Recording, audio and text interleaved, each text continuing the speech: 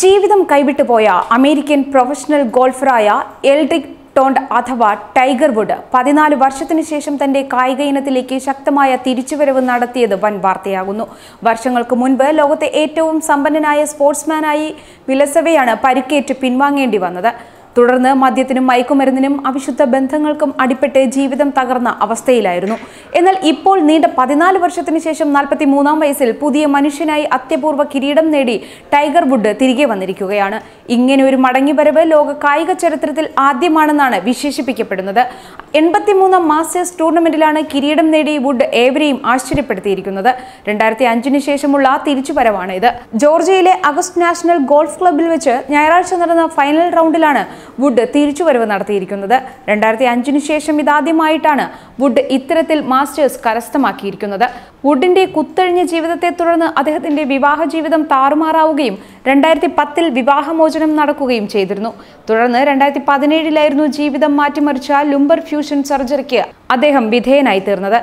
തുടർന്ന് ട്രാഫിക് ലൈനിൽ car park ചെയ്ത് അതിനകത്ത് ഉറങ്ങിപ്പോയതിനെ തുടർന്ന് വുഡ് നാണം കെട്ട രീതിയിൽ അറസ്റ്റിലാവുകയും ചെയ്തിരുന്നു. ഇന്നലെ വുഡിന്റെ തിരിച്ചുവരവിന് സാക്ഷ്യം വഹിച്ച് അദ്ദേഹത്തിന്റെ 75-കാരിയായ അമ്മ കുൾട്ടിഡ വുഡ്സ്, മക്കളായ ചാർലി, സാം എന്നിവരും ഗേൾഫ്രണ്ടായ എറിക്ക ഹെർമാൻ എന്നിവരും സന്നിഹിതരായിരുന്നു. വിജയാഹ്ലാദത്തിൽ ഗേൾഫ്രണ്ടിന് സ്നേഹചുംബനമേകാനും വുഡ് മറന്നില്ല.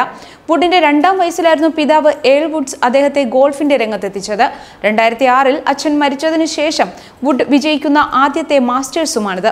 പരുക്കിനെയും പ്രതിസന്ധികളെയും അതിജീവിച്ച് താൻ ശക്തനായി തിരിച്ചുവരവ് നടത്തുമെന്ന് 2 വർഷങ്ങൾക്ക് മുൻപായിരുന്നു മുൻ വേൾഡ് നമ്പർ 1 ആയിരുന്ന വുഡ് പ്രഖ്യാപിച്ചിരുന്നത്. ഇത് പ്രകാരം കായിക രംഗത്തെ തന്നെ മഹത്തായ തിരിച്ചുവരവാണ് അദ്ദേഹം നടത്തിയിരിക്കുന്നത്. ഓഗസ്റ്റ് നാഷണലിൽ നാടകീയമായ 1 ഷോട്ട് വിജയം സഹിതമാണ് വുഡ് 5th ഗ്രീൻ ജാക്കറ്റ് സുരക്ഷിതമാക്കിയിരിക്കുന്നത്. ഇന്നലത്തെ വിജയത്തോടെ തന്റെ 15-ാമത് മേജർ ടൈറ്റിലാണ് വുഡ് നേടിയിരിക്കുന്നത്. ഇതിനു മുൻപ് 1997-ലും 2001-ലും 2002-ലും 2005-ലും ഇതിനു മുൻപ് വുഡ് മാസ്റ്റേഴ്സ് നേടിയിരുന്നു.